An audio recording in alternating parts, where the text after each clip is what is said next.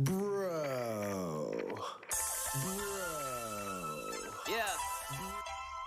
J Will. King of, bro. Yeah. Let me hit you with this California vibe, call it fresh, bro. I know I got it, and I think that crowd pop really says so. Now it's time for me to let the rest know. I just arrived, they already telling me that I'm the best, though. I hear all the comments from people believing otherwise. I don't waste time, so allow me just to summarize. Y'all know all that talking never scares me. I'm quick to shut it down, and I get it done in my bare feet. I come from a factory of monsters backing me. Attack me, and I promise I'ma conquer. I'm already over, so now all I do is prosper. Bro, I'm knocking out everybody else on the roster. I've been busy traveling the globe, grabbing all these shows, battling these foes. Now I'm dabbing and I'm dancing with the bros. I went from the UFC to the INDs. Now I'm about to get it popping up in NXT. I've been dreaming of this since I was a kid. Knew I had potential, knew that I can make it big. Sacrificing time, and now I'm so glad that I did. Cause I'm about to dominate and do it on the grid. Most of y'all predicted it, but I say it's a long time coming. And some of y'all are mad cause your brand was never buzzing. They say you're not a winner, that's a problem that I don't have. Let me spell it out for you, let me give you the bro cap. I hit you with the bro time, what's the diagnosis? You lying on the mat or at the bottom of the brochin'. Yeah, I seen you wrestle, I consider it a broches. You couldn't be a bro even if your name was Vic Broseph. Yo, I can be in Brooklyn, Oklahoma, or New Orleans. And no matter my opponent, I'ma show him I control it. I made it to NXT, but look at how I evolved. Guarantee that I'm a riddle that you'll never ever solve. Let it ride. Bro. Yeah. Bro. Ladies and gentlemen, my name is Josiah Williams. And y'all know how this goes. Wrestle, bro, yeah. Let me know, bro. Let me know, bro. Let me know, bro.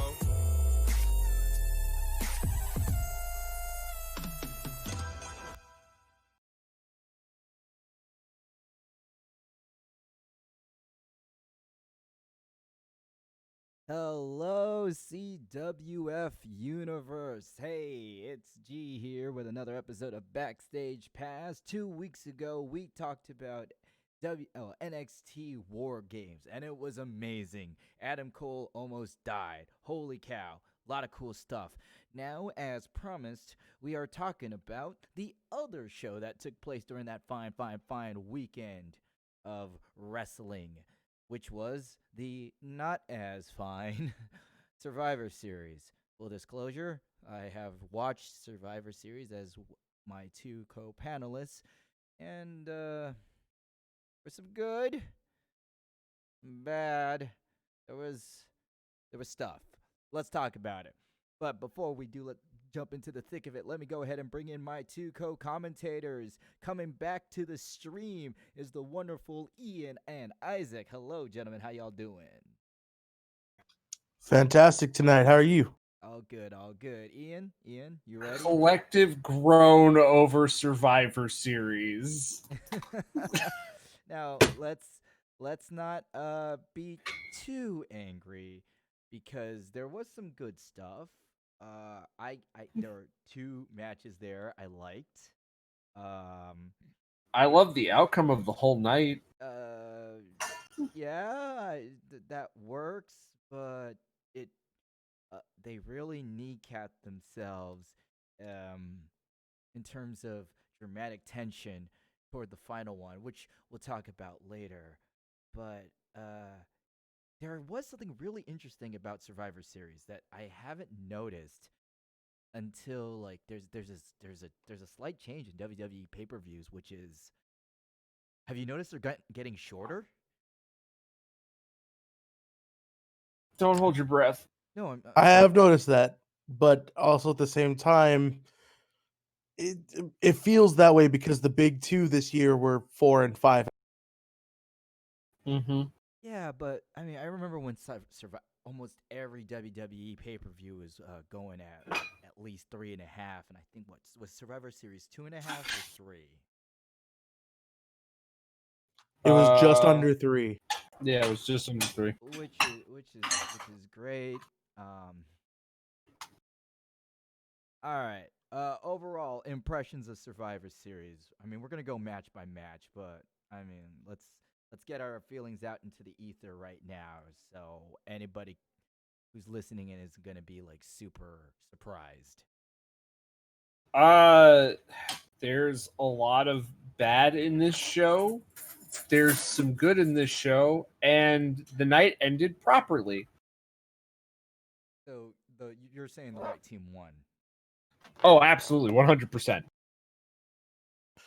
I would have to agree with that statement, but I think there was a lot of poor decision making just because it was obvious that Vince was in control of the show. Um, but I think the end result, as Ian said, was for the Okay.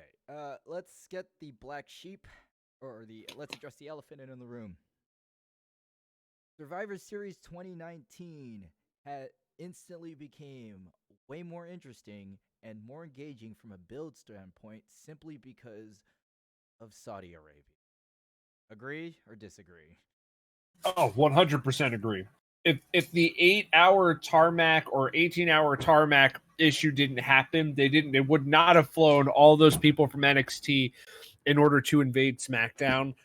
We would not have had the weeks build that led to Kevin Owens showing up in War Games, as well as like brilliant matches with Adam Cole and some of the other members of the NXT roster. And we also wouldn't have had some of those people coming back to NXT in order to have some great matches on NXT as well. Yeah. I mean, it was the best outcome out of a really bad situation. Just like, remember Rusev's shitty feud with Randy Orton?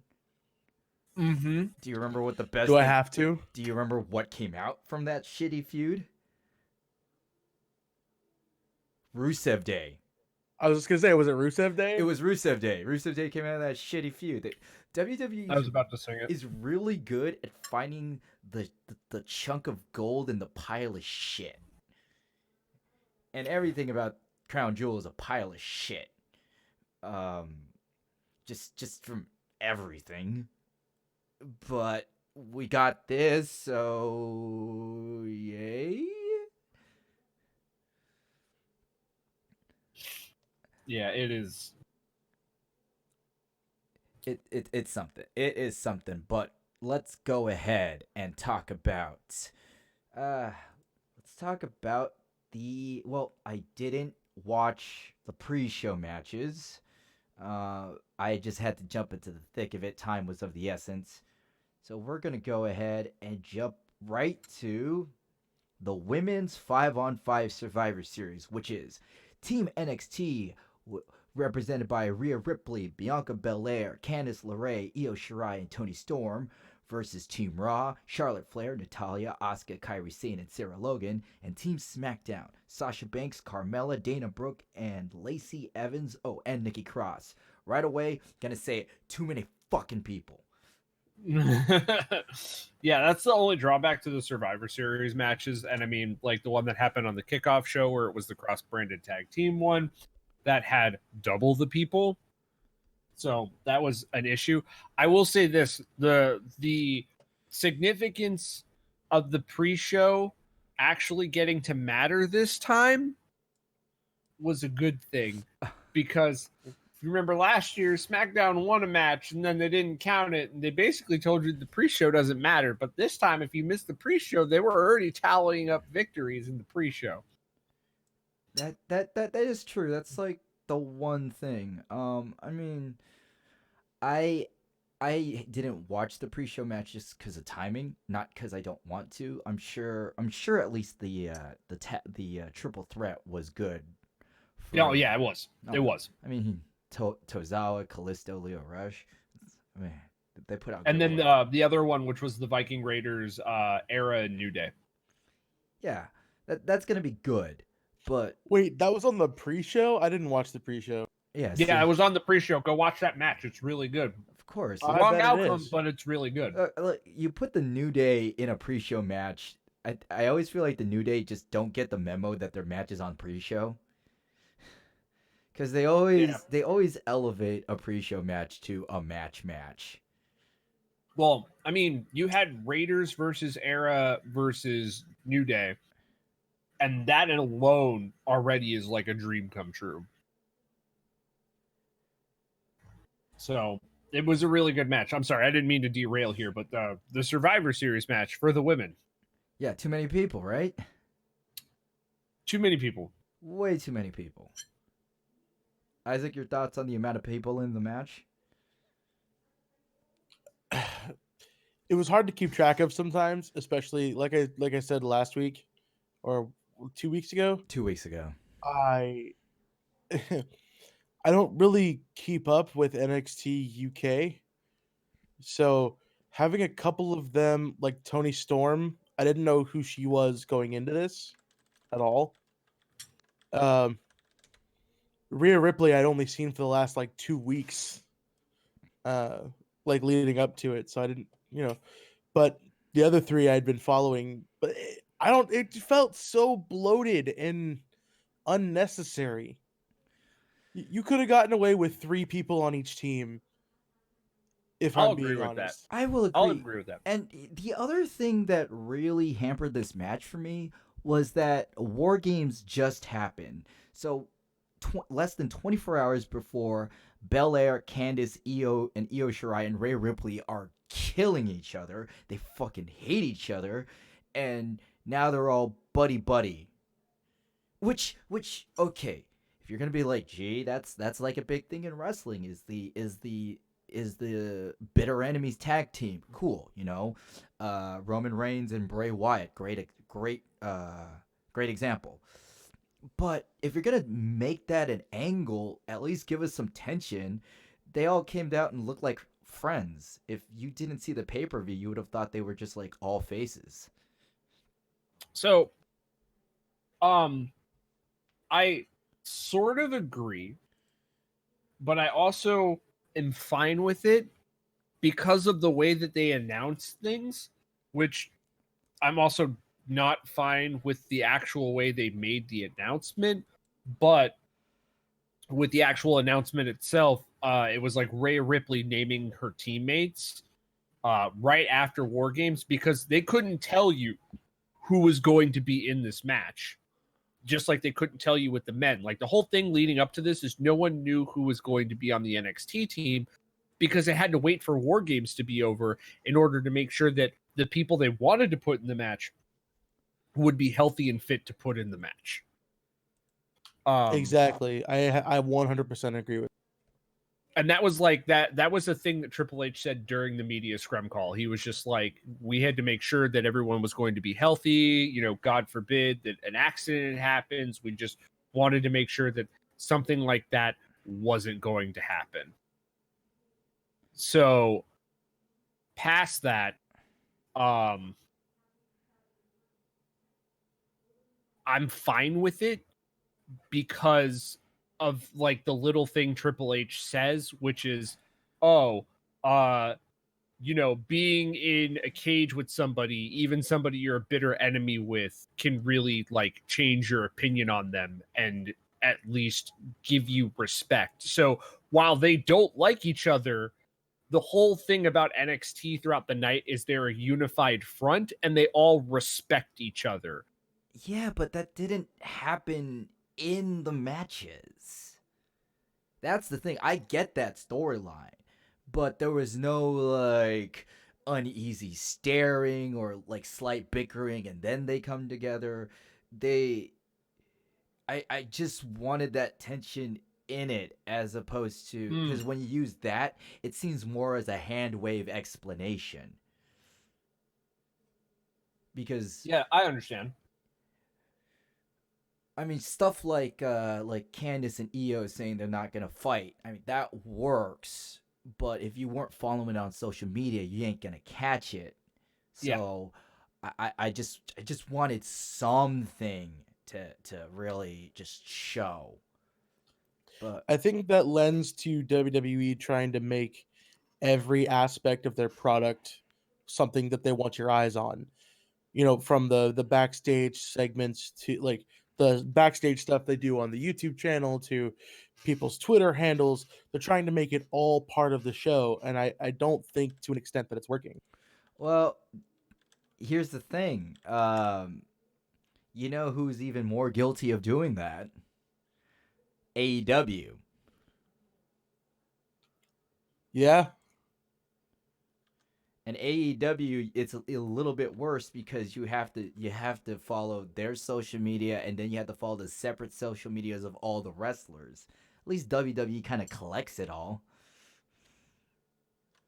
It's like the one diss on AEW I have, next to how freaking hard it is to watch the goddamn thing when you're a cord cutter.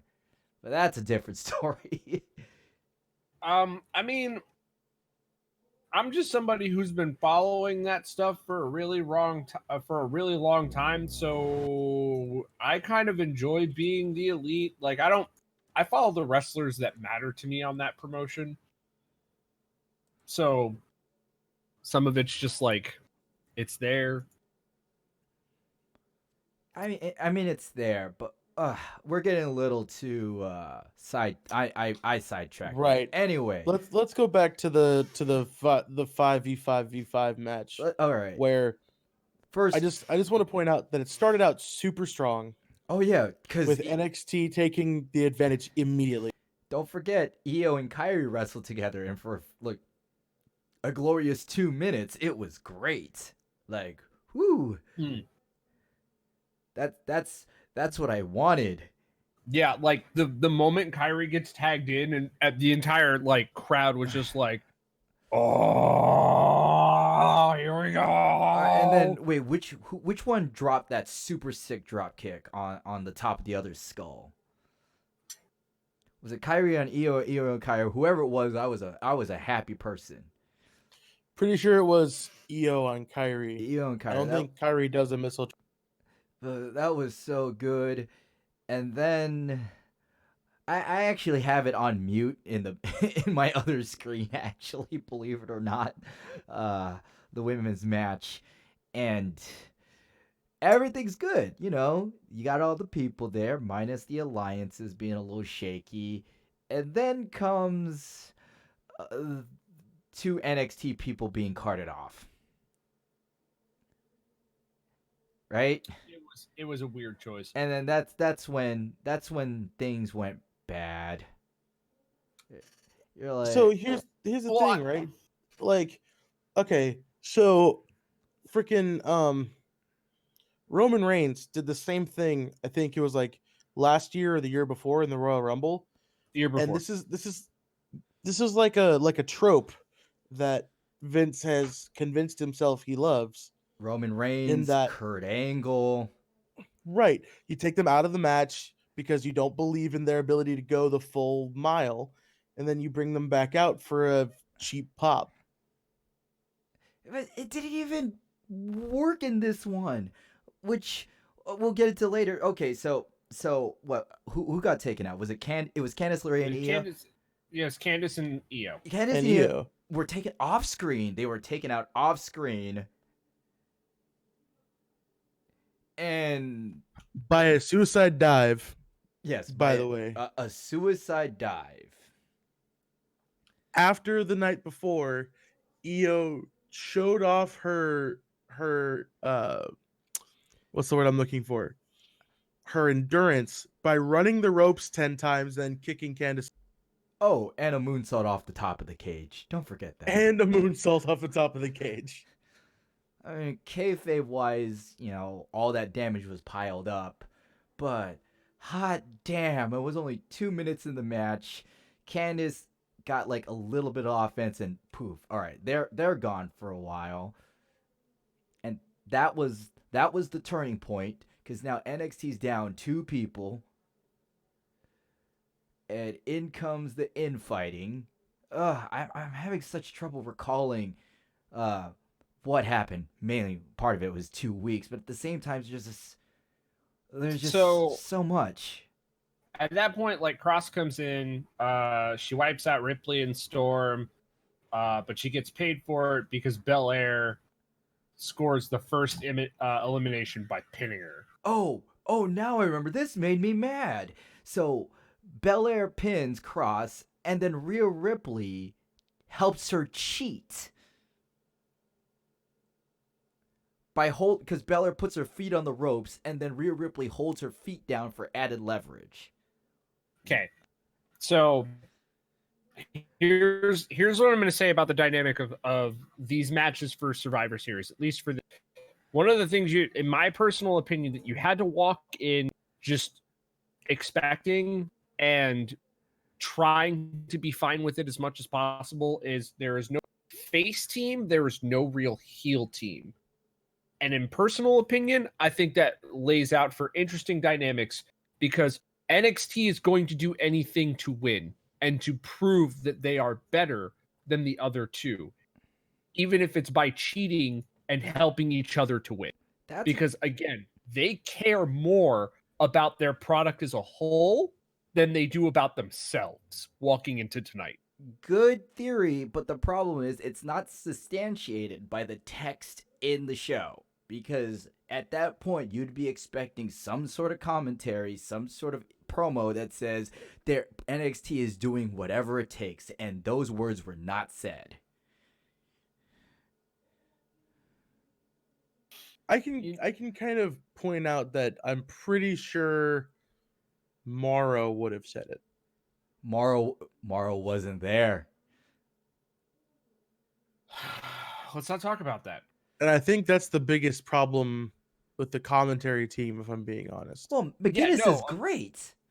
No, McGinnis is fine, but they didn't give McGinnis didn't say things, nor was he given things to say that put over NXT more on what G is saying, which I agree with. That's true. I can get behind that.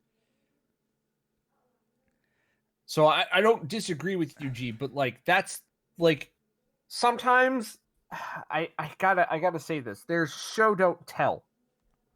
And I prefer show don't tell. So they showed me their willingness to work together, their drive to make it that NXT is the top brand. They showed me that. They didn't have to tell me. And their actions showed that to me, which is what mattered more to me, which is why I think, like, for me, I enjoyed this match out of all of the inter-brand matches that were the Survivor Series type. I enjoyed this match way more than the other two. Oh, no, I hardcore disagree. This match is way better than the other two. No. From bell to bell, I think it's a better story than the other two matches. I have personal angry stakes in like the entire night. So true, but it's just I hardcore disagree because of the fact that you had Sasha Banks take out 3 NXT competitors and just made them look like jokes. Oh. Man, am I gonna go angry wrestling fanboy on here? If NXT was willing to do whatever it takes, why did Team NXT do absolutely nothing when Toni Storm was getting double submitted? You know what? I don't remember that part of the match. I might have looked away for a second. Because that's my angry moment. Toni Storm eating double submissions after doing Jack Diddley doo-doo, and Team NXT just going, oh no. Yeah. I mean, I'm not going to say that all the tension was great for the match, right? Right. But I liked some of the infighting. I like the fact that Asuka was just like, you know what, Charlotte, fuck you, spit missed interface, and then walk the fuck out, and then Flair just like Charlotte eats a pin. Oh no, that was fantastic. I liked Charlotte being a cocky team captain. It was great. It just fed her character. Oh yeah. I like that that it came down to SmackDown and NXT as the last two. Now, do I completely agree at the fact that like Banks fought off both Io and Candice? And Rhea. Well, I mean, she did for a second, but Rhea still fucking hit her with the Riptide and got the win. Oh shit! Can we? I need a rewind. There was an amazing spot when freaking Carmella hurricanrana's Charlotte onto Belair. Holy shit! Oh yeah, it was really good. That was really good. Carmella never had a spot like that. I like. Can we get this Carmella? Remember, I like this Carmella. I hope that they like do more with Carmella. She deserves to have more done with her. She's a good wrestler. She's got great work ethic. She's a lot better than women's champion bratty Carmella. So the only thing I don't agree with when it comes to the end of the match, like literally 100%, is the fact that technically Io and Candice were never eliminated. Right.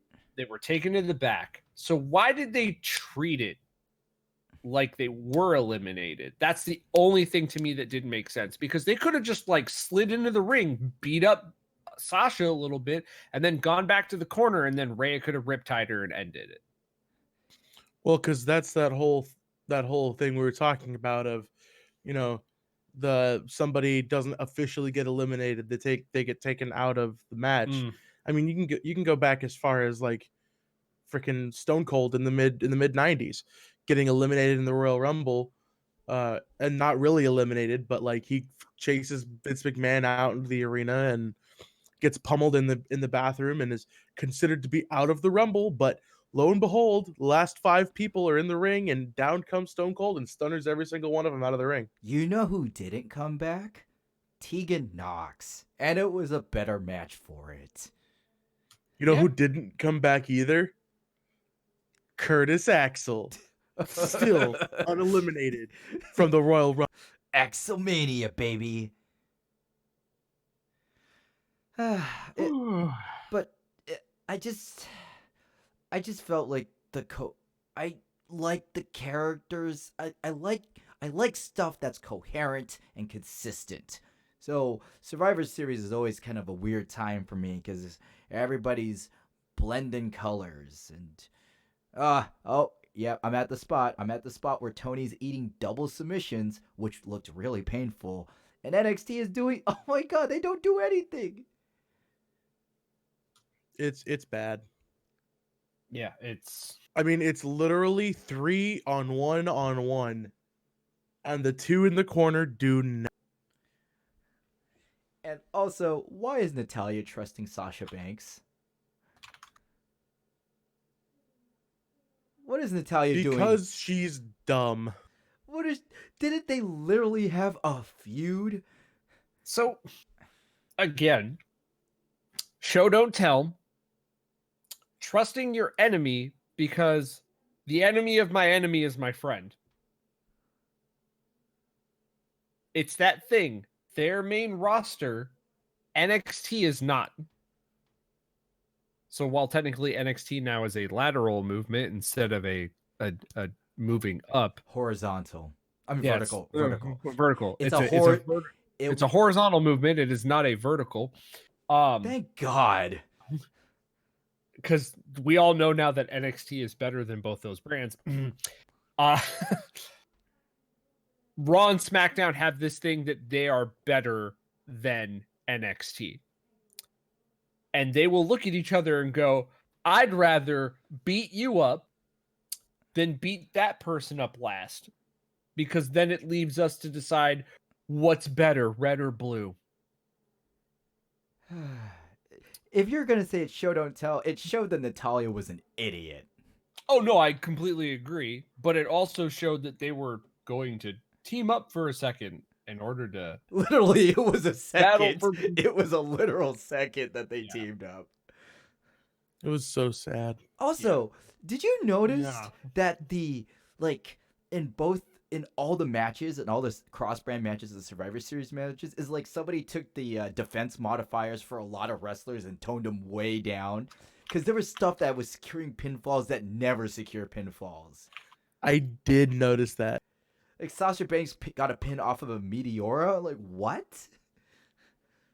I like the fact that she got a pin off the Meteora. I wish she would get more pins off the Meteora. And this is coming from the person who hated I don't remember which pay-per-view it was, but it was a couple years back when Charlotte just ended a match with a big boot. I'm all like, what the fuck? That's not even her finisher. No, but it was all the matches. There were at least 2 to 3 people who were taking like, yeah, Kevin Owens got a pin off the frog splash. I like that. I that's just me though. I like the fact that some B moves, some B moves used by those specific wrestlers that could be considered finishers were treated as finishers. I think that's really cool. That's cool, but it should have been built up. They should have at least had 1 other or 2 other wrestlers that were beaten with their signatures. I'm all for a wrestler having multiple finishers because, all right, let's take Rusev, okay? Mm-hmm. Now, before he got the Machka kick, he only had the Accolade. So if Rusev is fighting against Daniel Bryan or John Cena or Dean Ambrose, there is no way Rusev's going to win the match outside of cheating because he doesn't have any other finishers. Mm-hmm. So That's true. So if you do this, if you give Owens a frog splash and the pop-up power bomb or the package pile driver, please, Triple H, please. If you give him that means the tension is way higher because there's multiple ways he could end the match. I like that. I think all wrestlers should have 2 to 3 finishers. That's just me. I think we need to return to the days of multiple finishing moves. And I know that not a lot of people have done that, but like Taker had 4 at one point. No, I agree. I 100% agree. There should a wrestler should not be limited to 1 move to finish a match. It should be built up, of course. I do believe that, but I also believe that the frog splash was a move that Kevin might have used in the past before as a finisher, like back on the Indies. Maybe. I might be misremembering things, but I Never still as a finish, but always as a crowd. It was a signature. Okay. So, but I do agree that we should be upgrading some of the signatures into finishers, or just give them new finishers. I firmly believe that everybody should have at least 1 finisher that can come from the top rope if they want it to, or a submission in place of it, and then 1 submission that can be done stand. Oh no. What it should be is everyone should have 1 finisher and an extra finisher that they could do on a big person. Because if you notice, too. Everybody who had every top person has a finisher that you could do to a big guy. Yep. That reminds me of something that I really enjoyed in, I think it was 2 or 3 2K games ago, which was if you picked a finisher that was a slam or required the picking up of somebody, you also had to pick a finisher that was like a strike or something like that, and it was called weight limit finish. So like if you couldn't power bomb the Big Show, instead it was just like a super kick. Oh, see, that's great. Now you're getting me. We're thinking about our character creation days. Yep. All right. Well, anyway, Rhea Ripley wins the match as the last survivor, question mark? No, because even though they had been treated like they were eliminated, the survivors Shirai and included Lorraine Candice were not. and Io Shirai. Yep. Shirai and Lorraine were not eliminated, and they were just taken to the back. But Rhea Ripley gets the rub twice. For some reason, she looked a little bit more vulnerable here because when she saw 2 people, she's like, "Oh no!" When the night before she was staring down 4. Yeah, it was an interesting decision. But she won. I I don't think she needed it, but then again, it probably makes sense because you got to build her up for the main roster audience who doesn't know and doesn't watch NXT. Right. Right. So that brings the totals up to 2 points for NXT, 1 point for Raw, and 1 point for SmackDown.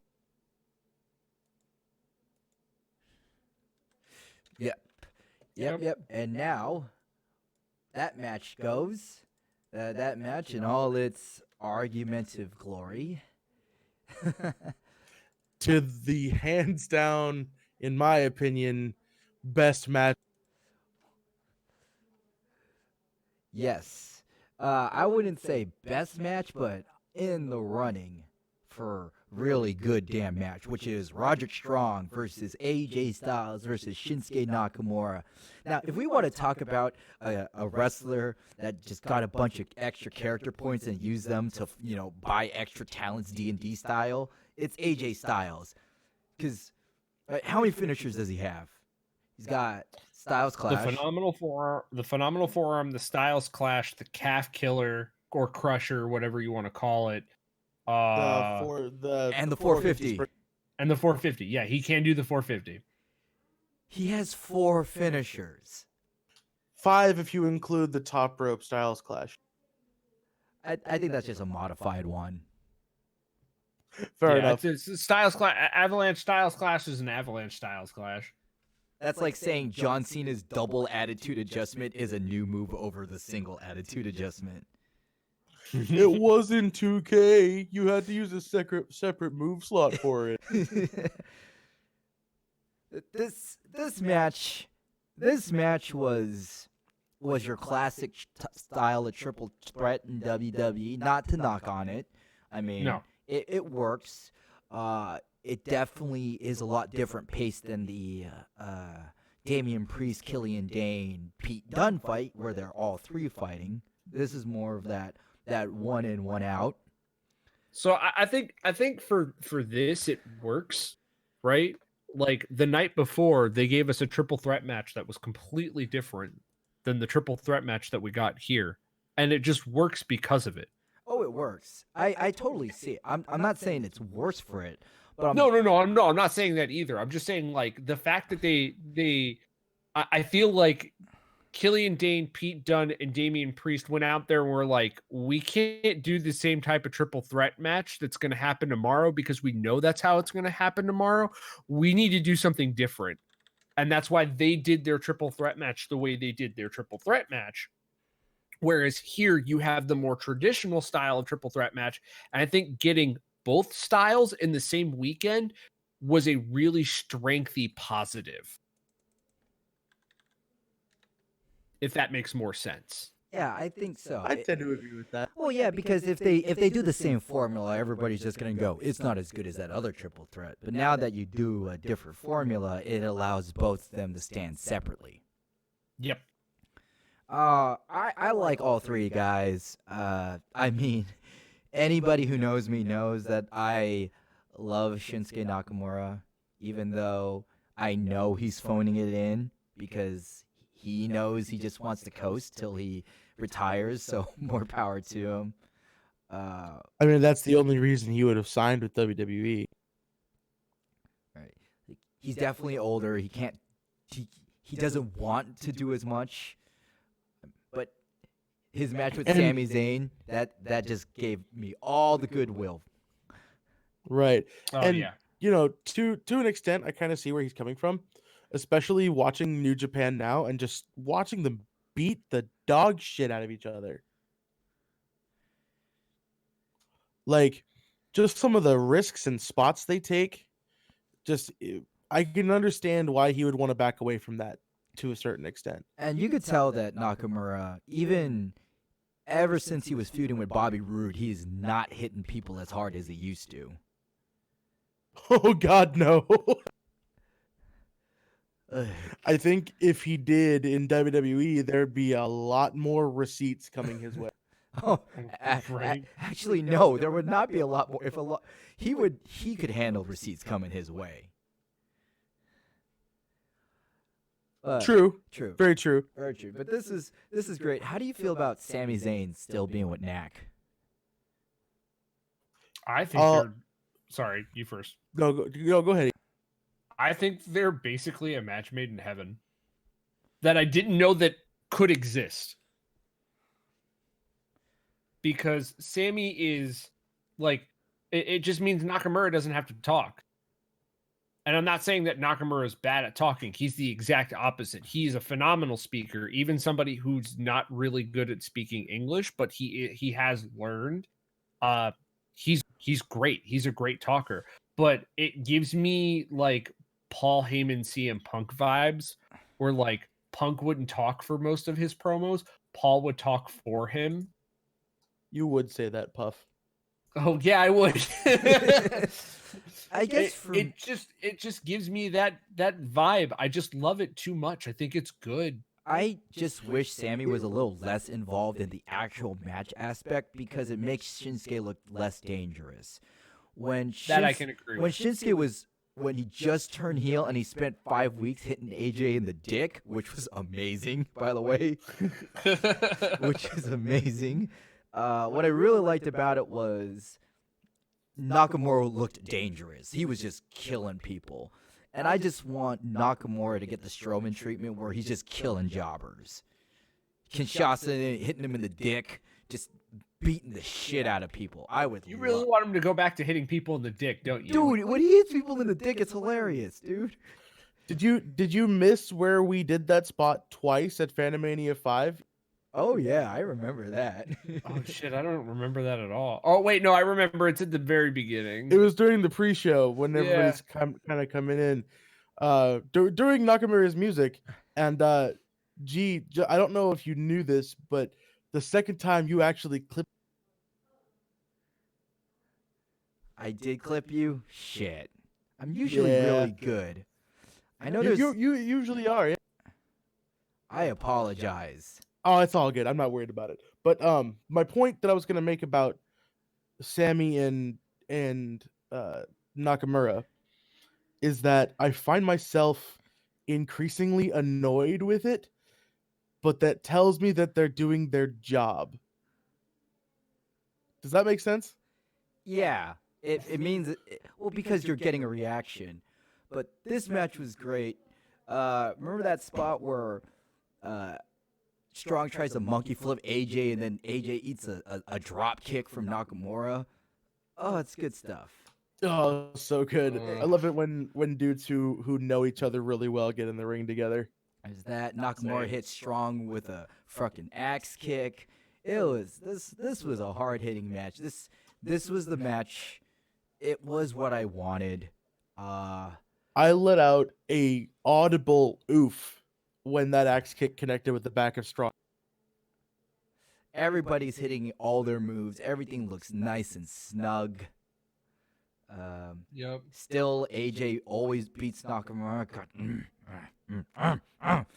Still salty about Well, that. technically, AJ didn't beat anybody. Oh, you're right.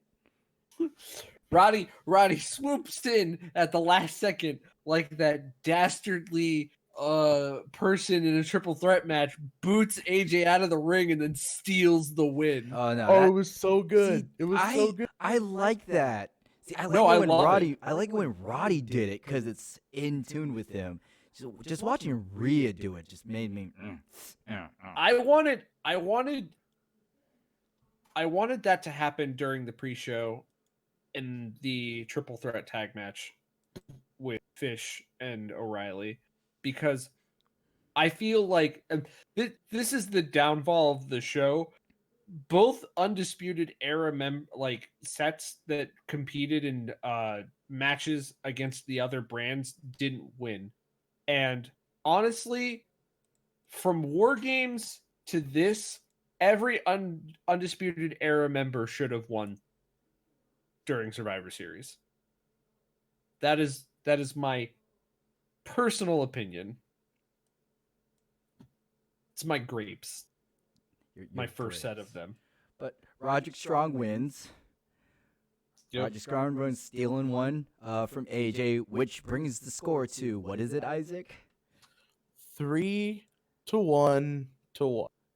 All right, so NXT with a huge lead. Commanding. lead. Commandingly. Now, here is, much to the detriment to the pay-per-views, the other really good match of the night. Couldn't spread them out, which is Pete they Dunne. Pete Dunne versus Adam Cole. Pete Dunne with a injured leg, as what sustained by Killian Dane, which we called, and Adam Cole with an injured Adam Cole. An injured Adam Cole. I mean, War Games is brutal, man. War Games is brutal. Just everything. He walked into that Just match. his everything was broken. Yo, you know the green outline in wrestling games? He just walked out yellow. Yep. He walked out yellow.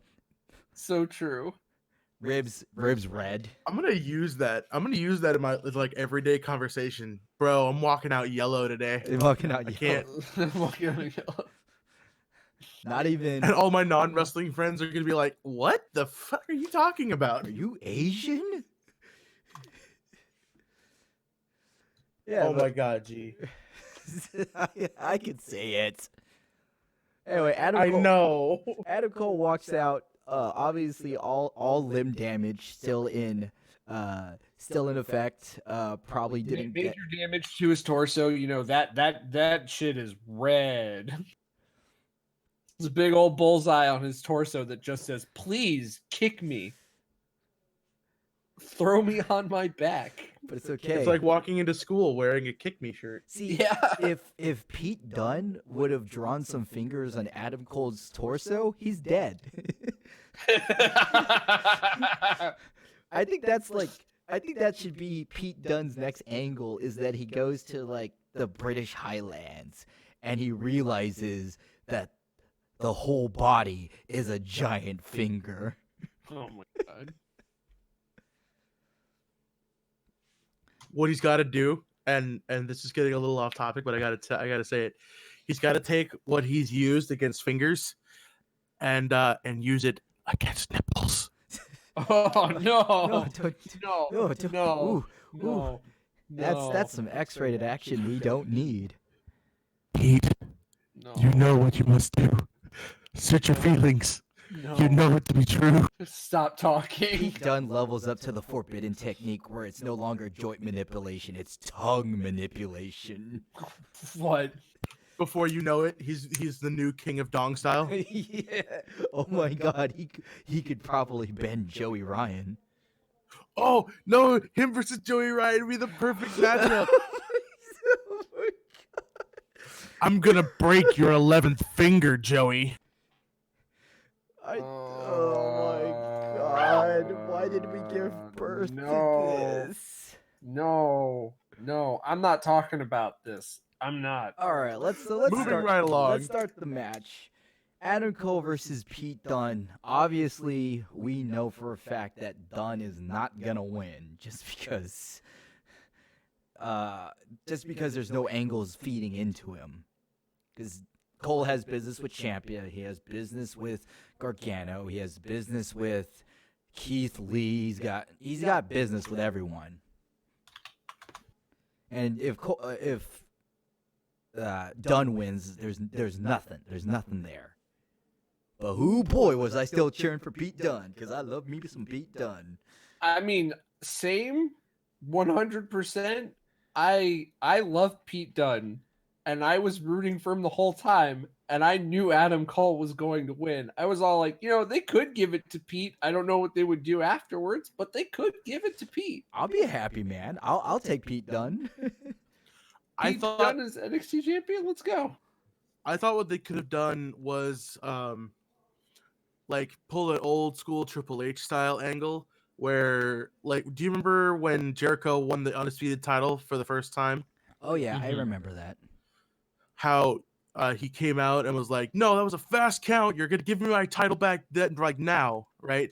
Like, I thought maybe if you wanted to turn Triple H pretty mega heel in that moment, you have him semi-align himself with the Undisputed Era. It had already been happening for the last couple of weeks, so I don't see why it wouldn't have been a big deal now. I think what really surprised me, I don't know if I kind of want to.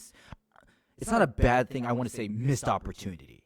Missed opportunity for me is I would have preferred Adam Cole to cheat more here.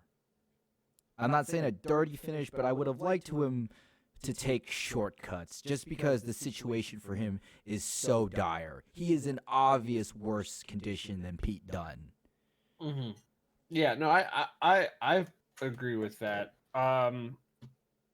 I don't agree with Triple H coming out and making some of the focus be on him.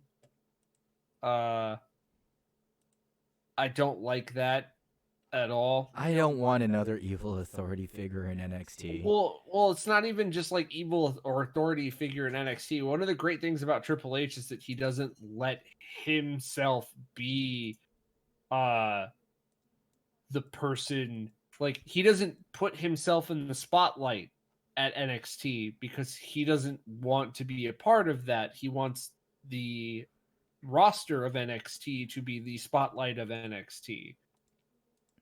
Very true. I agree. But this, Though I do have to just put a counterpoint on that. I mean, the first takeover literally started with him in the spotlight.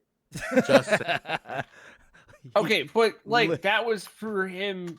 It's a like, joke, Ian. We It's can no move on. joke. It's just a joke. He just means literally he was in the spotlight. Well, this match,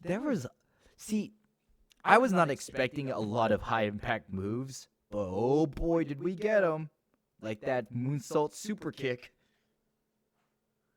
Remember that one? Oh my god, Oh, I came out of my so seat. good. It's so good. It's so good.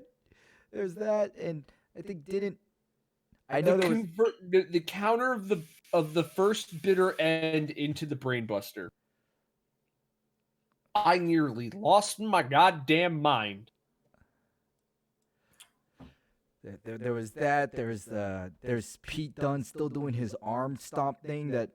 Who did it first? Wait, who does it first, Dunne or Baszler? Done. Okay, Dunne. I don't know how he fakes it. I don't either. I literally don't. Legitimately, every time he does it, it looks like it hurts. because It looks like it hurts 'cause so bad. the foot he doesn't miss. The foot No. hits the elbow. I think it's like he stops momentum like right before he strikes. I'm guessing So that's it looks more devastating than it actually is. Yeah, he puts no tension in his leg. It's very much a timing thing. Also, in the selling of the opponent, they have to be pretty well in time with the stomp.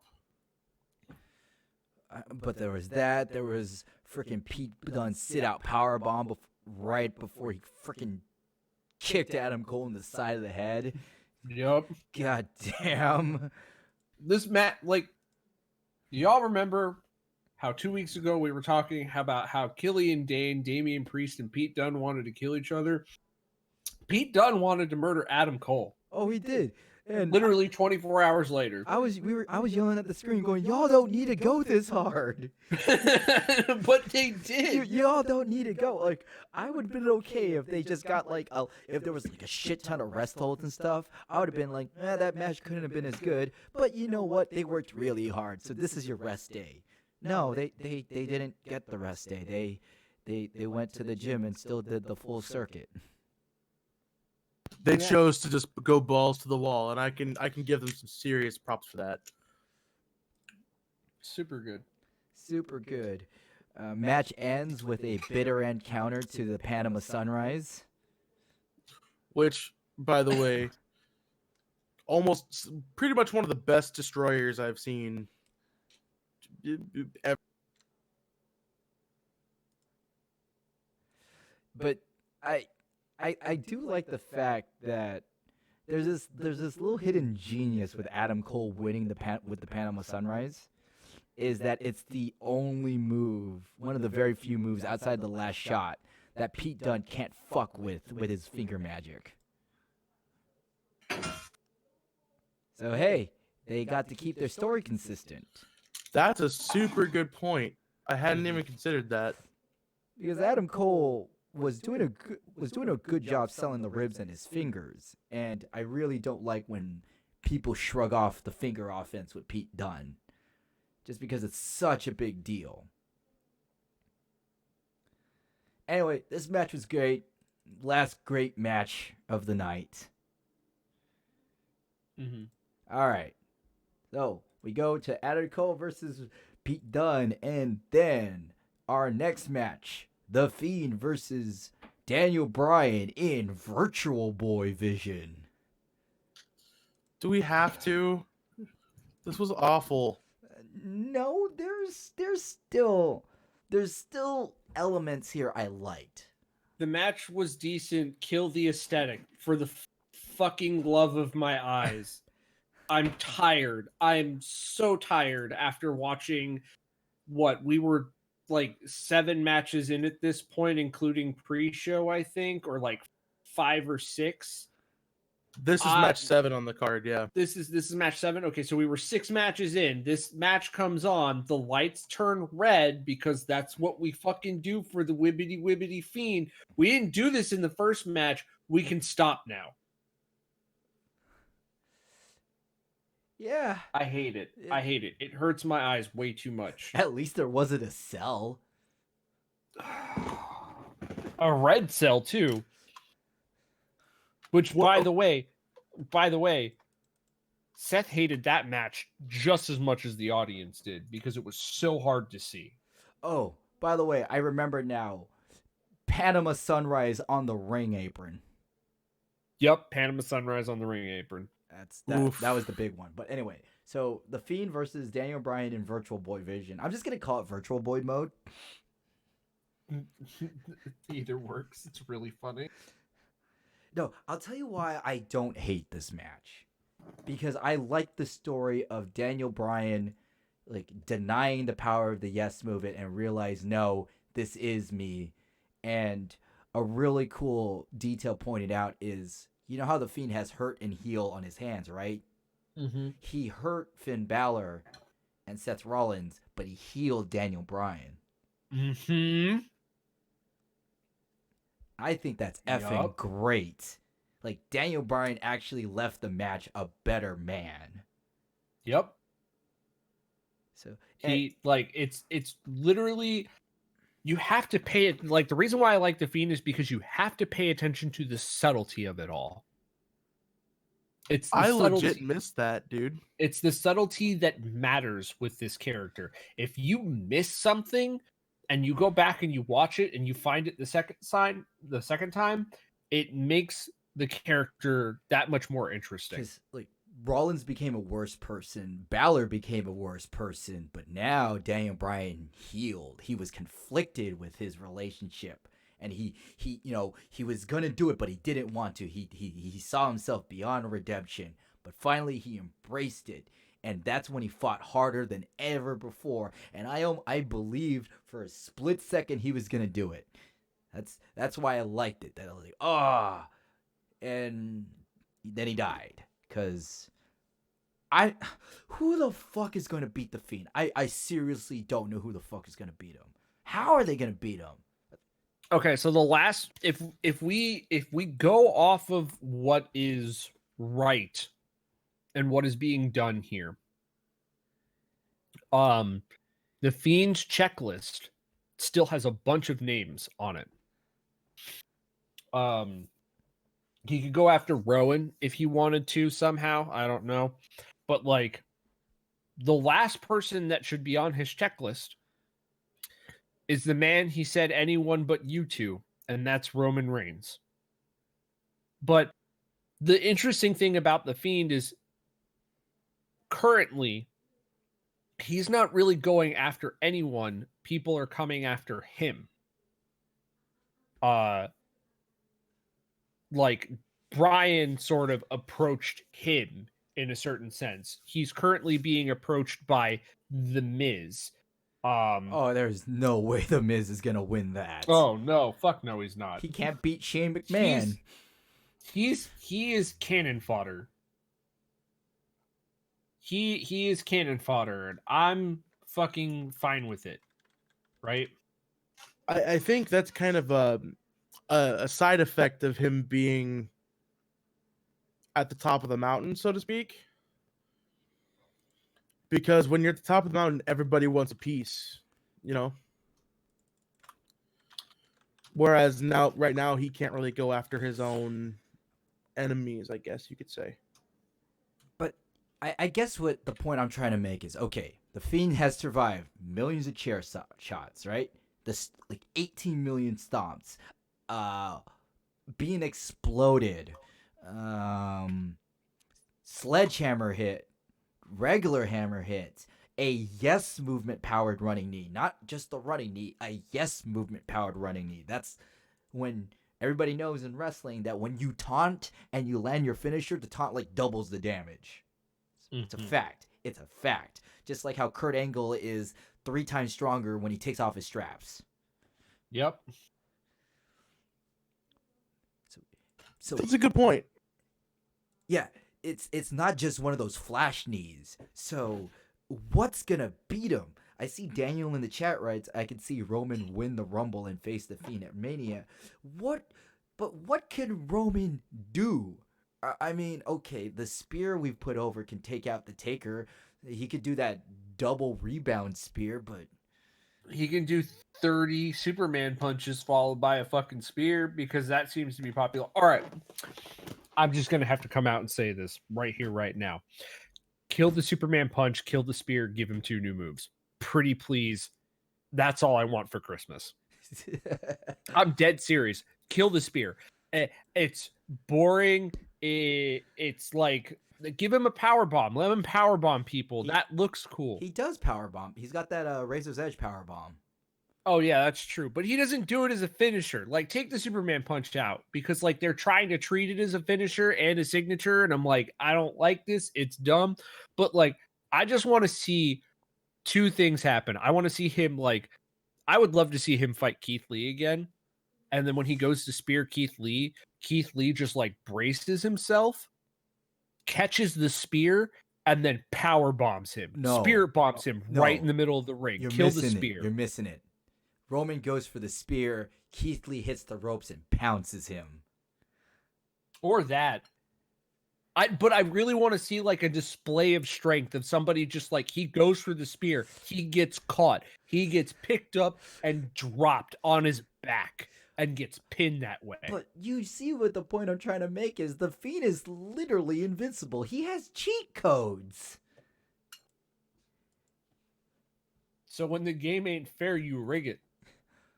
The Fiend probably has a higher defense modifier than Brock Lesnar. Because at least that's the reason why we're gonna when we get to one of the next matches, I'm gonna have a field day. All right. Well, you're gonna have to wait. We did. Yeah, I know we didn't talk too much about the Fiend, but that's because this is a match more about storyline versus what happens in the ring. And it's more about Daniel Bryan. It's more about Daniel Bryan, and this is the. Very rarely does a wrestler turn face in the match. All right, so here we go. The men's Survivor Series. Team SmackDown with Roman Reigns, Braun Strowman, King Corbin, Mustafa Ali, and Shorty G versus Team Raw, Seth Rollins, Drew McIntyre, Kevin Owens, Randy Orton, and Ricochet. And finally, Team NXT, Tommaso Ciampa, Damian Priest, Matt Riddle, Keith Lee, and Walter. So when I saw that, I was like, woo, Walter. I saw him on it. I'm like, hey, look, there's Walter. And then, oh, look, there goes And Wait. To quote Brian Alvarez, this man was the most over man in the entire match. People were chanting his name. The match hadn't even started yet. So and you defeated figure Drew McIntyre? So you figure that you would call an audible if you knew he was going to be the first one eliminated and have somebody else take the pin. Like, as much as I hate to say it, Shorty G, Ali, Orton. You know, or just somebody else. Damian Priest could have taken the pin. Right?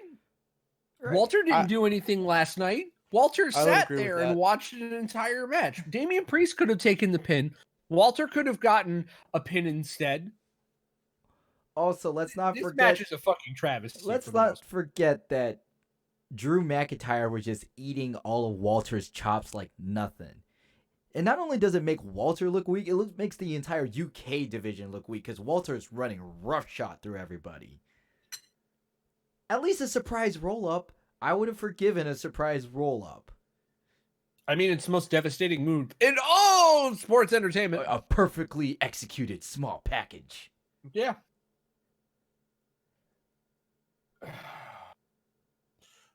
Walter gets eliminated 3 minutes in. Please, It's 3 did you minutes in watch and he gets Walter? eliminated.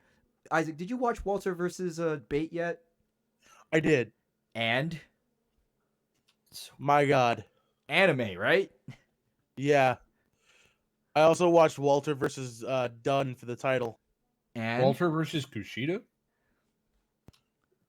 Walter versus Dunn for the title was the epitome of the first time your protagonist comes up against the captain in an anime. Yep. Doing everything in their arsenal and nothing leaves a scratch. And then Bate And then versus, just one giant chop. and then Bate versus Walter is like the best friend of the protagonist. He's a little bit stronger than the protagonist. And fueled by the protagonist's loss because he's fighting harder than he ever fought before. Also, Bate lost to a clothesline, but that was okay because he was running on fumes and he just needed to be knocked over. Fucking amazing. Yeah. Anyway, you go from that to being first eliminated. Claymore Kid. Eliminated in 3 minutes. 3 minutes. The man was in the match for 3 fucking minutes and he was the first guy out. At least he. See, this match, outside of Walter, I wasn't as mad because the people were acting more consistent to their characters. Except Brian Alvarez made a really good point where Ciampa begged Kevin Owens to join his team. Well, not begged, but asked him. And is still like beating up on Kevin Owens. Really quick, before we get further in, I just want to read something that Daniel said in the chat, which was, go full anime and have a super Superman punch break the mask to defeat the Fiend. No. I don't know. I don't like that. No. Wait. No. Oh God, Daniel, why? Because Although I do have one thing to say. The Miz won't be getting the Fiend. He's getting Bray Wyatt. oh my. I have no idea what's going to happen during this, but he's getting Bray Wyatt. Oh, he is? He's going to get Yes, I forgot to mention that. It's Firefly Funhouse Wyatt? Yes. I have no idea what's going to happen. I just thought I'd throw that in there, but he's getting Bray. He's not getting the Fiend, so far as we know. And Miz is still going to lose horribly. Oh no, I don't disagree. Oh yeah. But let's get back to this match. First off, Shorty G and Matt Riddle. I want this. Probably one of my favorite parts of the match. Out of 3 parts. I want this. I would love to see a longer version of that match. Everybody stopped going, hey, this is great. Yeah. Let me get this. In fact, I'm going to go ahead and skip ahead on the network because I got it. I'm not displaying it here, Twitch, because, don't want to get that copyright strike. Technically, this is commentary. It would be under fair use. Yeah. But. Okay, so Walter's out. It's bad. That was bad. They boo so hard. It's like watching a crowd just. So, okay, Riddle versus Shorty G. That was amazing. It was good. It was magic. More weird finishes. Kevin Owens for the beginning of the night is like, who is he gonna choose? Raw or NXT? And there's that one moment where he has to like choose in between who he's gonna frog splash, and then nothing happens from that. Oh, well, I mean, like he comes in and then frog splashes fucking Shorty G and sends him off. Again, another that trend of the night where signatures got upgraded to finishers. Yeah, but I mean, I like it. It was a surprise. It was a nice surprise. It's a nice surprise. It's like you don't. it's like if Sammy was in a match and he used the Blue Thunder Bomb tonight, and they let him pin somebody off the Blue Thunder Bomb. He did? You know how much I know he has before, but like, I would love to see him do that. Okay, Damian Priest is eliminated shortly after. He did a whole lot of fuck all. Way too many people. Way too many. Again, like I said, you could have just had Damian Priest take the pin. Walter could have gotten to do some fun stuff, and then they could have eliminated Walter down the line of the match. But Matt Riddle pins Randy Orton. Crowd goes crazy. And then fucking Corbin comes in and just eliminates fucking Riddle. Well, no, Randy Orton RKO's Riddle, and then that's right. Corbin sneaks the pin. Oh God, I gotta admit something. I don't get tired of booing Baron Corbin. He just has such a punchable face.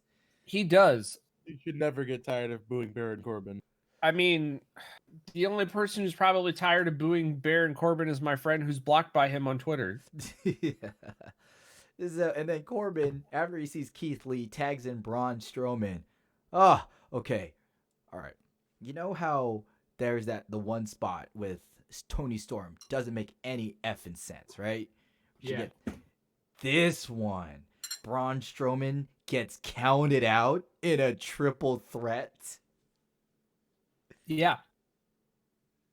Again, doesn't make any sense. I forgot that was a thing that happened. To be honest.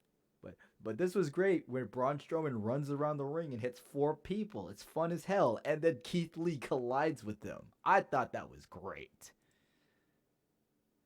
And then fucking McIntyre hits the exclamation point by Claymore kicking him. McIntyre walked into this thing with at least 4 stored finishers. Yeah. 100%. The man deserves a push. I really wish they would just turn him face and push him. Because if there's anybody I want to see beat Brock Lesnar now, it's him. What?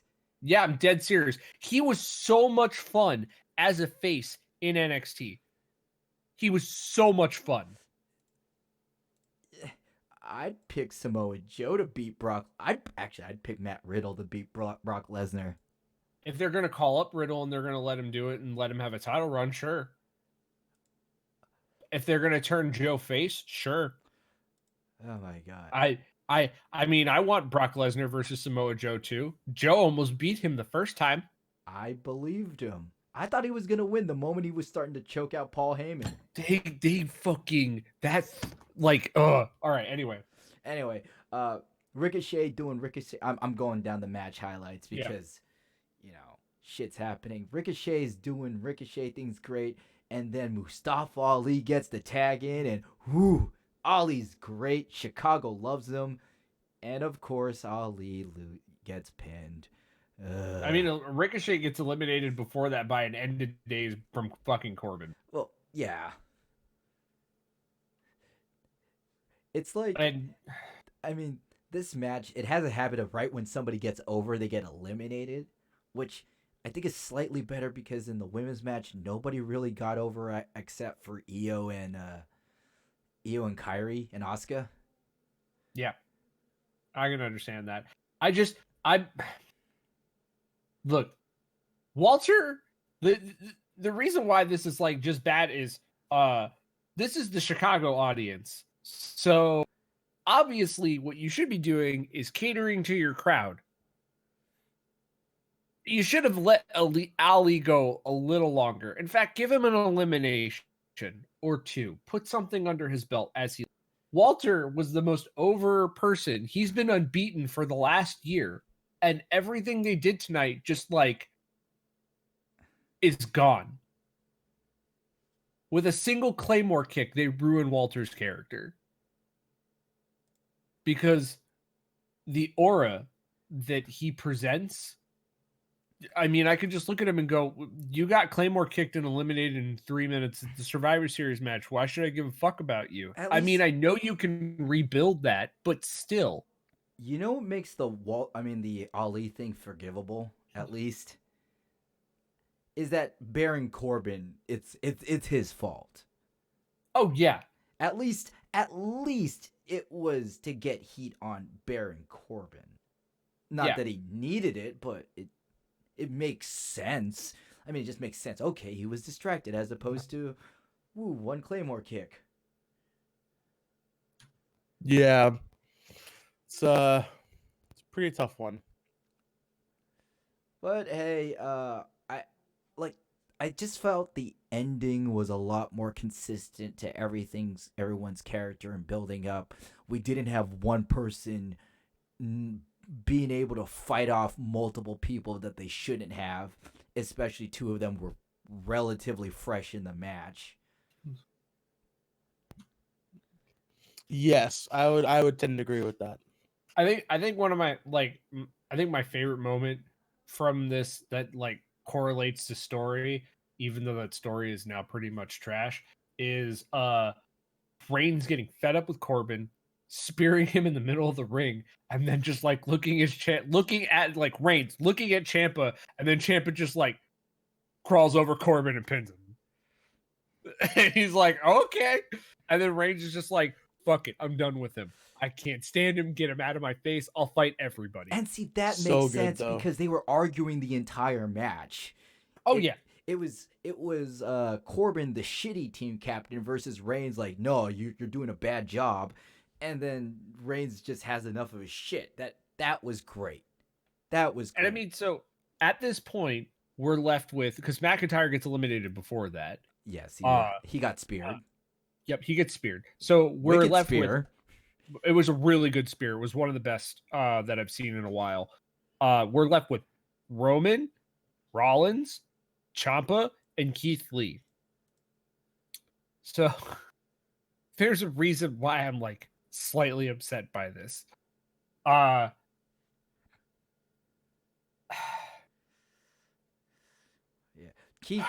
Keith Lee is not on the apron because he's taken a beating, so he's kind of nursing himself. Rollins and Reigns decide, hey, that thing that they did in the women's match, let's do that right now, except it also makes more sense because we've always been buddies. Shield time. And then they go out and then they try and power bomb Ciampa through the table. But they don't. Because Keith Lee saves the day. Yeah, Keith Lee just bulls into both of them. I thought that was great. It was awesome. Ciampa and Rollins square off in the ring. And then Project Ciampa, gets delivered, but it doesn't put the Beast Slayer away. And then right after that, Reigns slips into the ring, Superman punch Ciampa, and then fucking Rollins delivers the stomp, and then he gets eliminated. Hooty hooty hoo. Then you're left with a 1-1-1. And thank God that part of this went over the way it did, because had Keith Lee not eliminated Rollins, I think we'd be talking about a much worse match. Oh, certainly. And At at least here, the numbers advantage makes sense because you had Roman and Rollins fresh, and they're doing a good job fighting off Ciampa and Lee, but they're doing it via 2-on-1s. Yeah. It's not Banks fighting 3 people. I need to stress this: 3 people, and required a referee distraction. So Lee catches Rollins, delivers that huge jackhammer, and Oh my pins him. god. And Lee- when he pins him, the entire Chicago audience is basically on their feet. Oh. They are so happy. because it's Keith Lee.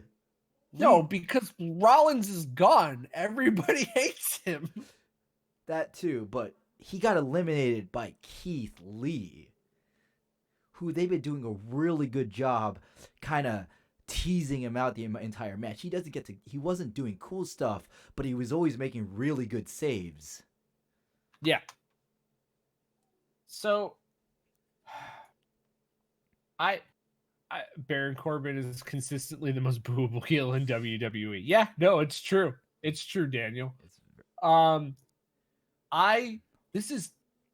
This then goes to what I wouldn't have done.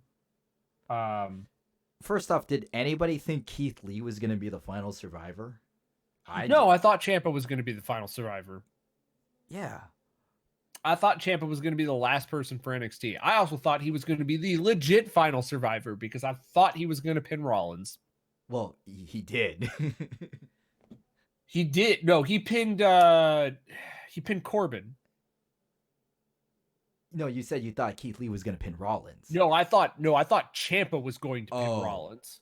I thought Ciampa was going to be the last guy, and I thought he was going to pin Rollins. Okay, that makes sense. But yeah, yeah, I'm going through this match. When Keith Lee gets that pin, people start standing up.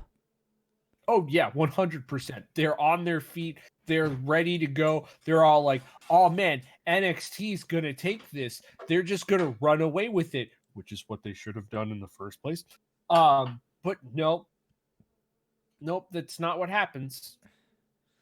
Roman Reigns hits 2 Superman punches and then fucking hits a spear and good night, sweet prince. Well, it's not I mean, like the that. moment afterwards is It good. wasn't that. It was a botched moonsault. Not a. oh yeah, that oh, well that not was a yeah. whiffed. A whiff moonsault. Yeah, Gentlemen, I apologize. I'll be back in just a few minutes. It's all right. Yeah. There were 2 straight Superman punches before that for a close 2 count, but then there was the top rope moonsault that was missed. Also, And then Reigns delivers the spear. also Lee and Roman work really well. Oh yeah, I would watch a 20-minute bout of just the 2 of them fighting each other. If they could go at this pace. Yeah, if they could go at this pace like nearly the whole time. I'd watch it in a heartbeat. I still personally, I like the women's match more. That's just my opinion. Again, it's my opinion. Your opinion is you like this match more. I'm perfectly fine with that. It's just certain decisions based on eliminations just didn't do it for me. When is Isaac gonna come back? Because I kind of want him for the next match. Oh yeah, well I don't want to continue without him because for the next match I didn't scream during Walter for you. I promise not to scream during this, but I have grapes. I have a lot of them. A lot of sour grapes about this match. Oh, the next one. I hate this match. Okay, let's go. But according to the dirt sheets, something I rarely quote here because I don't like to follow too much wrestling gossip. Right. Is that they want to really push Keith Lee. Oh yeah, Vince is in love with him. Because Vince loved his performance in Survivor Series. He thought it was amazing. Before TakeOver, Keith Lee was just kind of there. Yep. I mean, he was over, and only recently was he getting super built. And I do think NXT is better for it. Because I do too. It breaks up the Gargano, Cole, Ciampa trifecta. Because now you have. Well, yeah, I mean, you're gonna need to start putting new people in there. You do, and I don't know. There's just something. I just really like getting on the Keith Lee train. It's a good train to be on. One of the greatest things about him is I think it's more in the recent weeks he's become such a GIF machine. He has a really good "oh no you didn't" face. Well, yeah, but I mean, there's that moment where Finn interrupts the match that's happening in the main event of NXT last week, and then Keith Lee just just like does that thing, where somebody just like rises up Yes. very seamlessly, and he just like rises up and he just stares at Finn like directly in the corner before grabbing him and just beating the crap out of him. It's one of the best moments. As they say, he's the gift that keeps on giving. But Yeah. I'm really sad. There's one thing about this whole angle that is really making me sad, and that's Velveteen is nowhere near it.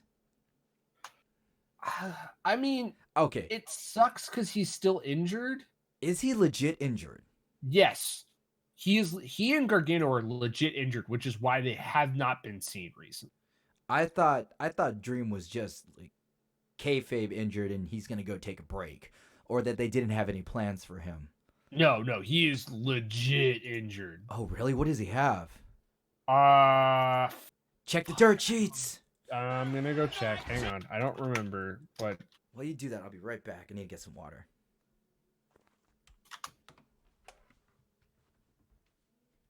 so now that I'm the only one here because everyone's off and they decided to go get water, I'm gonna take this time to say that this next match is my least favorite match on the entire card. When we start talking about it, lower a little bit because warning.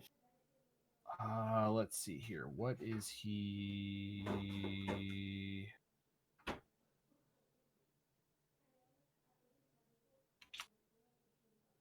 All right, my apologies. I have returned.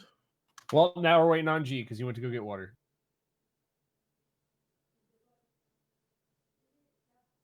No worries. Yeah, it'll be just a moment. He'll be back though.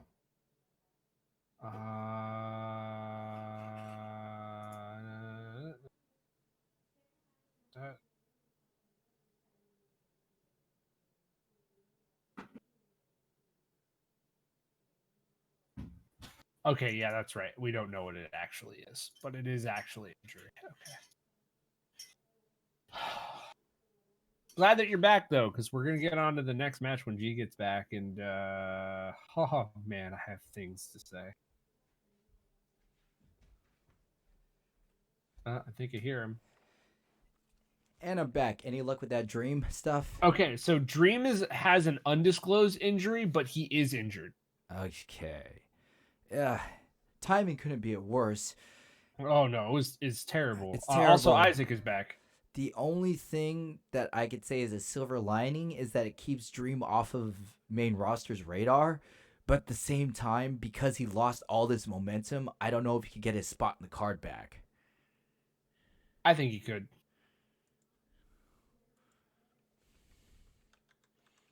So, I mean, Hey, we will see. we will see. But before we do, let's go ahead and talk about an important announcement. CWF Animé Los Angeles is confirmed for 2020. Yeah! Whoop whoop. I gotta put my app in. Yeah. Same. For those of you who aren't following us on Facebook, you should. But we have finally gotten the green light from Animé Los Angeles. Our date and time have been confirmed. Friday, Anime ALA, 4 p.m. to 6 p.m. CWF Annihilation will take place, which is very important because it's our 1 year anniversary. Well, not 1 year, our 7th year. Holy shit, 7 years. Can we get a holy shit in chat, please? This is big. This is big. It's we know the show's gonna be good. The team is really excited to give because we got some ideas. So if you're gonna be at ALA, please come to the show. If you're not going to ALA but you're in the area, go to ALA. And if you're not in the area, check back here because we're gonna live stream the whole thing. Hell yeah. Now, Isaac, we waited for you for this very special match. The best match on the card, 7 minutes long.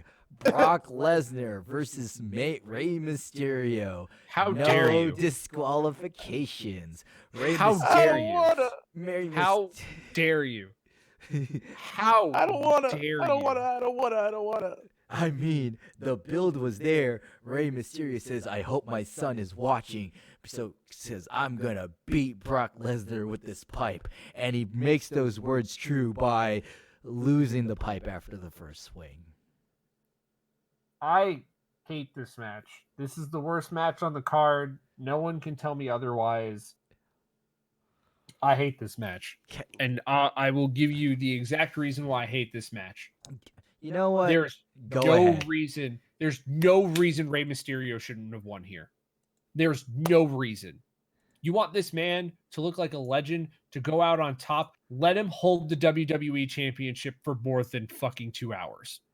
Let him hold the title for a while. Let him be champion. At least then we'll get to see it for a while. I'd rather see him versus somebody else at the main event for WrestleMania versus seeing Brock Lesnar versus probably what's going to be Cain Velasquez 2 at WrestleMania, because I don't give a shit about that. I just don't. I don't care. I'm going to tune out when that match happens, or whoever he faces. I'm going to just turn it off. I ain't going to watch it. Can we just talk about how pathetic this makes Rey Mysterio look? Because, okay, Rey Mysterio gets beaten up. Then he literally does the equivalent of getting his big brother to fight his own bully, Cain Velasquez. Cain Velasquez gets beaten up. And Rey Mysterio's all, F you, I'm going to cheat. Well, I'll make it no DQ. Makes sense. But now, even when he's being able to use every weapon, he still can't win. Literally, when I just don't like this payoff, because this guy is beating up another man's family, and the family comes back and they all still lose. Yeah, I hate it. It's stupid. It's awful. Dominic and Rey Mysterio get this cool thing where they get to do the father-son 619. That Thank was you, Daniel, so- for posting it. And it was so hype. It was so fucking awesome. And you're like, oh, maybe this means they're going to let him win. Probably not. But man, I do hope in the bottom of my heart, deep in my cackles, that it's going to happen. Does it? Fuck no. In your cackles. Okay, here's the thing. This is why I say that The Fiend has higher defense modifiers than Brock Lesnar, because Brock Lesnar could still sell a dick shot. I don't get tired of watching Brock Lesnar get hit in the dick. Wait, I just fucking can't. okay, I just so he eats fucking can't with this two guy. groin shots, eats a double father-son 619, and then gets double pinned. In all intents and purposes, that's the finish. That is the logical finish. It's the climax. The bad guy gets his comeuppance. You know, he sowed the seeds of dissent by beating up Dominic. Now Dominic gets to fight back with his dad. It's just the perfect payout. And it's Groundhog Day. 6 more weeks of winter. Vince hates you, hates everything you fucking stand for, and loves to shit on your dreams. Oh yeah, that's why he And killed that's Kofi. what he did right here. He killed Kofi in 7 seconds. So I'll be 100% honest with you. I missed that father-son 619 the first time, mostly because this was probably the match that I went and got food during. That was so dope. How did they not capitalize on that? I don't. They like both hit him with the frog splash. They both hit him with fucking 619. They should have just let it happen. Also, Dominic has a really good frog splash. I was just gonna say, like, if we're going Give him off 2 more years, old he's going to be school- super over. right, if we go back to the ruthless aggression era, and we take that as if we take kayfabe as canon, holy crap, Dominic looks just like his poppy. I mean, He has a frog splash that would rival Eddie's. Let's be honest, dude. I'll agree with that. Less so on the Poppy comment, but more on the fact that No, the thing was, I didn't know Dominic was trained until I saw him eat those German suplexes. Because in your brain you're going, wait a minute, that's further than any civvy could be flying, right? Oh No? yeah. No, I mean I had known for a while that he was being trained. He was training at Eddie's old place down in Texas. Mhm. So I knew he'd been trained. I didn't know that he was going to get wrapped up as much as he did in the storyline. But Dominic, I mean, okay, he could bump, but that's one thing. But when he hit that Swiss 1-9, it was picture perfectly synced with his dad. Yeah, no, I absolutely think that in fantasy booking time for just 2 seconds. WrestleMania, Ray has his last match in the ring ever and hands his mask to Dominic, who puts it on and assumes the Rey Mysterio moniker. I'd only agree with that for one match. Because if he wrestles as the Rey Mysterio moniker, it's going to heavily handicap him from doing whatever he wants to do.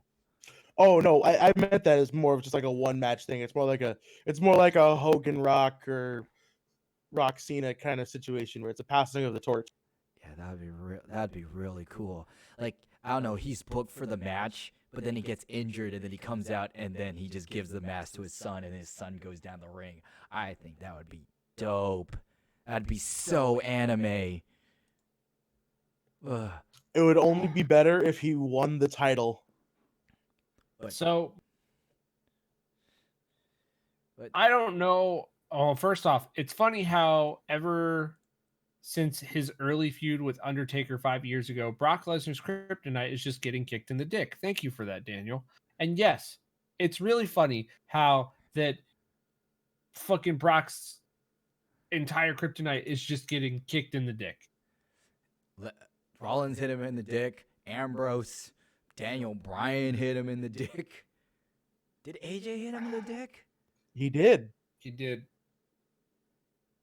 Everybody who's gotten like close to beating him or beaten him has hit him in the dick recently. Oh my God, Vince is a genius. This is long-term storytelling at its finest. Wait, what? This is long-term storytelling at its finest. No, it's not. That's why, man. When Nakamura needs to fight him, because Nakamura has the best dick hits. Best dick hits in the business. Oh, okay, so Brock's gonna drop the title to Nakamura because he gets kicked in the dick when the referee isn't looking. Or when he is, and it just turns out that the ref is Stone Cold, who then also kicks him in the dick. Now, see, what's gonna happen is every other wrestler makes the mistake of doing the low blow and then their finisher, and they think their finisher is it. But no, Nakamura, he's gonna hit him because he's the only one who's done back-to-back dick shots. Yup.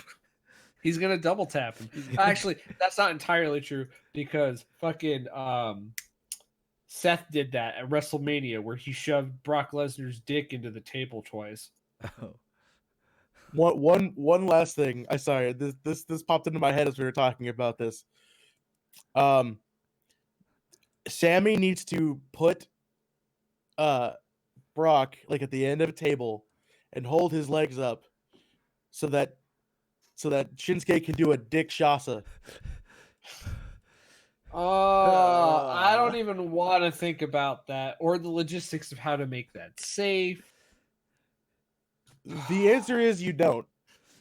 And Brock Lesnar can just eat it. Yes, because Brock Lesnar's totally gonna agree to be in a tree of woe position while Shinsuke ass kicks his balls or something. No. It's just a double stomp from the top rope to the dick. Hey, he would have done it for Balor. He would have done it. Coup de grace. The coup de groin. Coup de groin. Cock de groin. Cock de groin. See, this shows how bad the match is. We're having more fun with our fantasy booking dick shots than we are talking about how Because when we talk about Rey Mysterio losing, it just makes us come back so to sad. reality. It's like It makes me sad. It's It like- makes me honestly sad. it's like remembering that global warming exists. It's remembering that he had a 2-hour WWE Championship title run before they fed him to John Cena. And let's go. Why? Let's go to the last match. Baszler versus Becky versus Bailey, and SmackDown is Raw is just utterly behind. They're fighting for last. They're fighting for a tie. They're fighting for a tie. There is no motivation to want Becky to win, except that it makes her team less losers. It also makes her look good, which she doesn't need to because she's the man, Becky Lynch, and she looks fine by herself. This match was plotting. I enjoyed it. I understand that there were some issues with it, but I still enjoyed it. I liked the after bit. I thought it was all good. I thought it played well. I'm glad Shayna got the fucking pin. I wish she had gotten the pin on Becky, and that's like the only qualm that I have with the match, because it would have set up for more, especially if she'd gotten like a surprise pin on Becky, and then Becky was just like, no, fuck you, I'm killing you.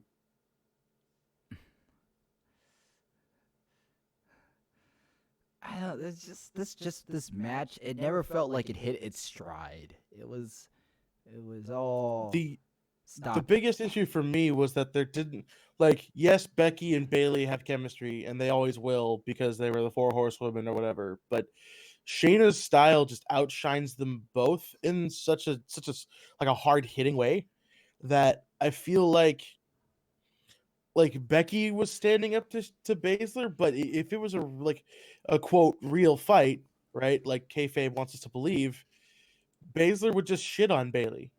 This is why I had issues with Bobby Roode beating Nakamura.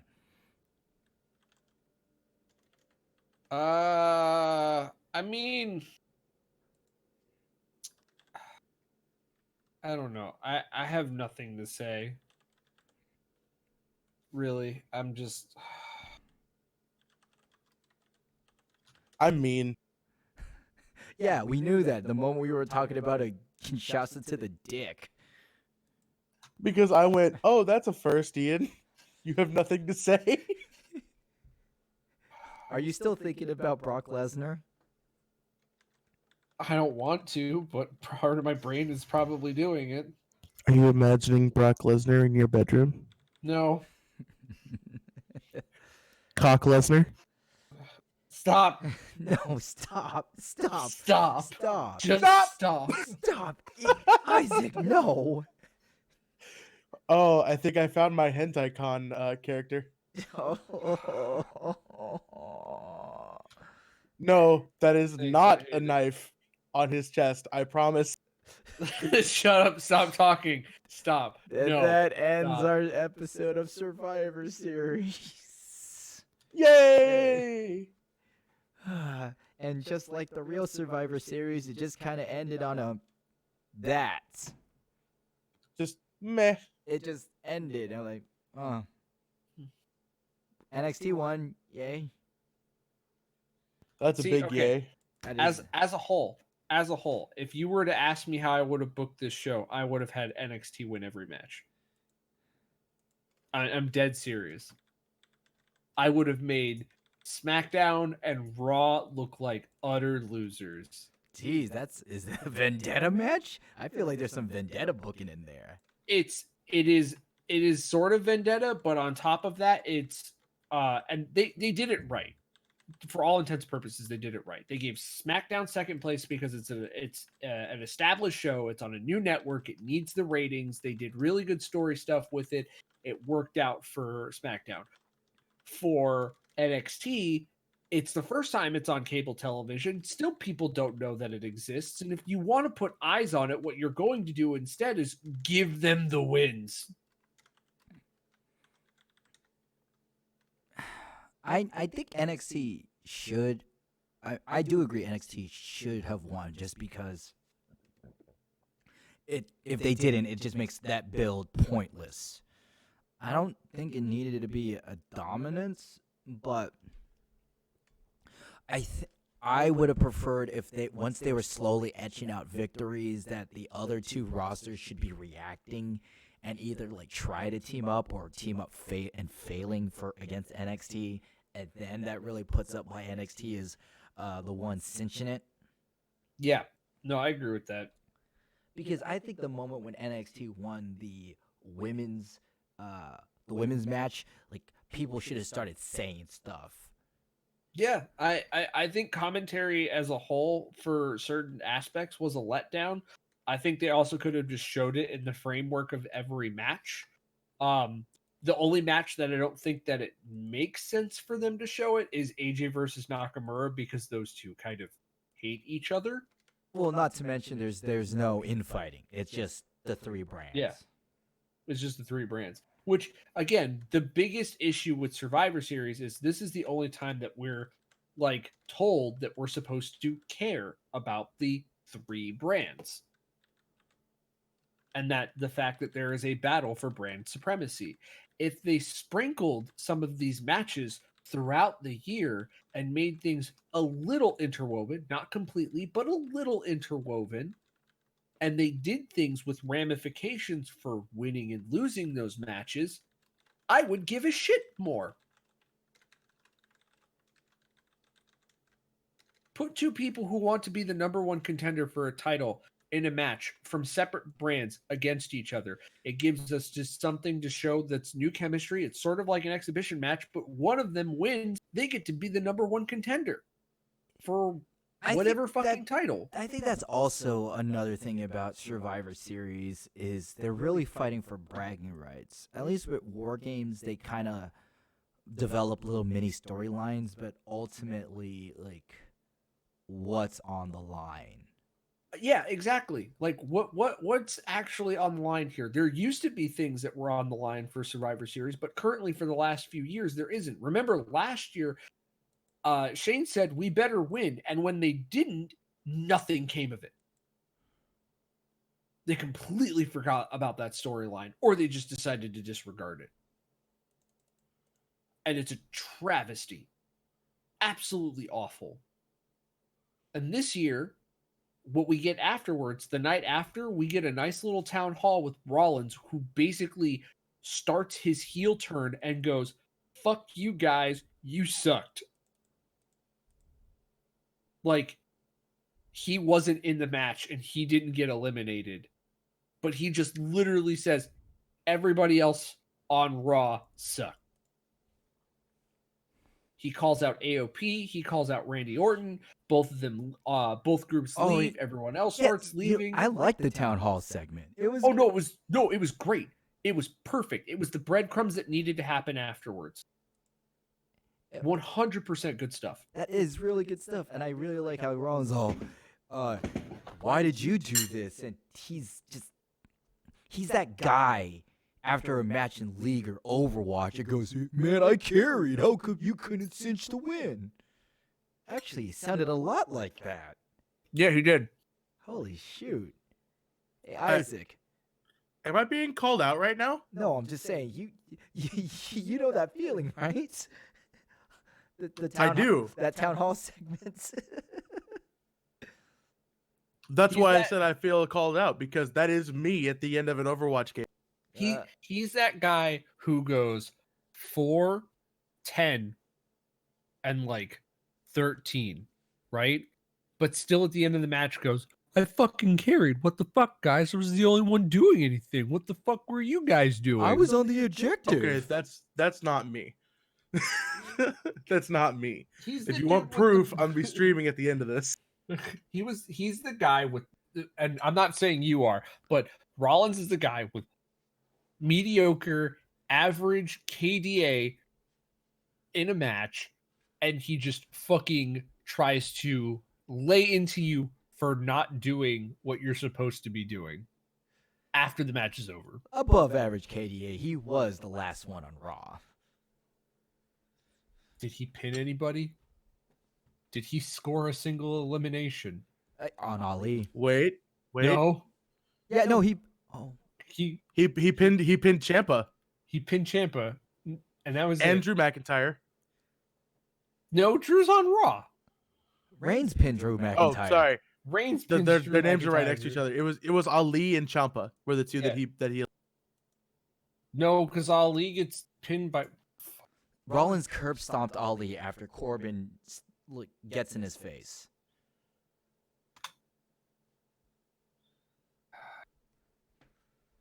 I pull this up just to make sure. Just have to make sure. Back and to the left. I am looking at the list, you know. Okay, so he gets 2. Reigns got 3, right? He gets McIntyre. No, he only got 2. gets Heath. Oh, okay. No, fuck you. He gets an assist on Corbin at least. No, that whoa, But that doesn't count as a pinfall. In a No, it multiplayer- doesn't. But he- it's still he it's gets still negative points. If team killing is never okay. Fuck that. PSA kids. Look, in Don't chivalry, shoot your own team. in chivalry, you get an 11-second penalty to your respawn timer. All right.